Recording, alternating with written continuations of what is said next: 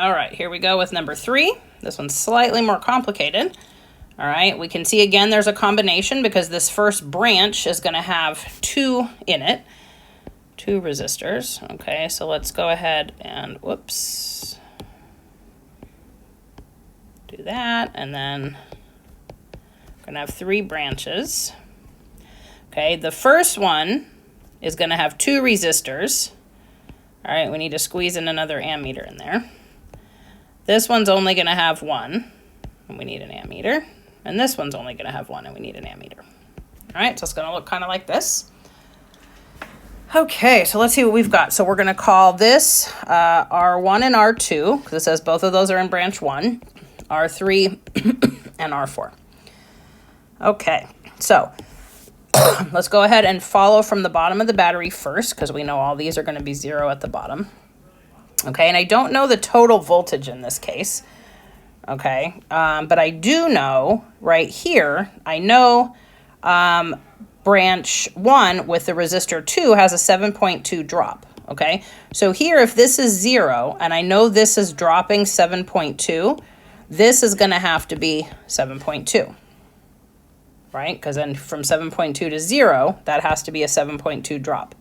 Okay, resistor 1 is going to have a 4.8 drop here, right? So it has to be 4.8 above 7.2, okay, which means up here at the top, it's going to have to be 12.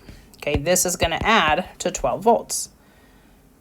All right, so now if I carry that all along this top wire, because there's no resistors, now I can see that each of these branches are also having that 12 volt drop, the same as the battery. So I know that's 12, I know that's 12, and I know that's 12. Okay, now it's just a matter of probably doing some calculating. V equals IR. Let's see. So this resistor 3, I'm going to have 12 over 5.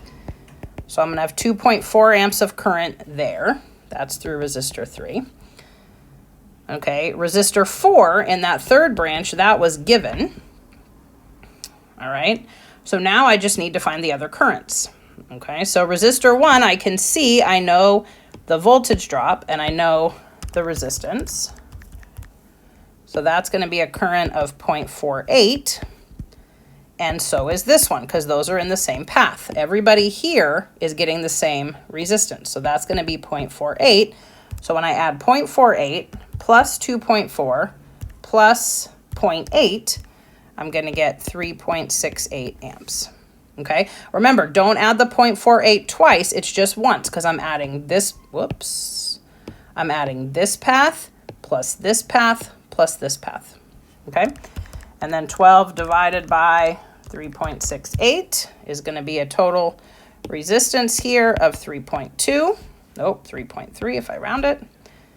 Okay, and then let's just finish out the math here. 7.2 divided by 0.48, that's a 15 ohm.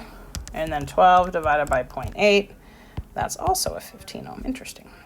Okay, remember, we're not doing this. Don't worry about it. Okay, and let's see if we can go about doing the diagram now. So I'll have A, B, C, C prime, C double prime. Okay, so let's do D, E, and F around this path. So then we're going to make F the bottom of the rest of it. All right, so A, B, C, D, E, F, A. Going to go up to 12. Okay, you really need to spend a little time struggling through this, right? Because I'm just kind of blowing through it right now, but you should have already spent some time working it, okay? You shouldn't be watching me do this and think that you're doing it too, okay? You need to spend some time on it, okay? All right, so my first drop here was the 4.8, so I'm going to go down 12 minus 4.8, to 7.2. So I'm going to go down to 7.2. And then the rest of the way. So that's the first path. Okay, branch 2 takes the whole 12 volts all the way down.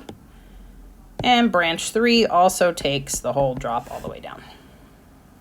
Okay, all right, so that is what number 3 looks like.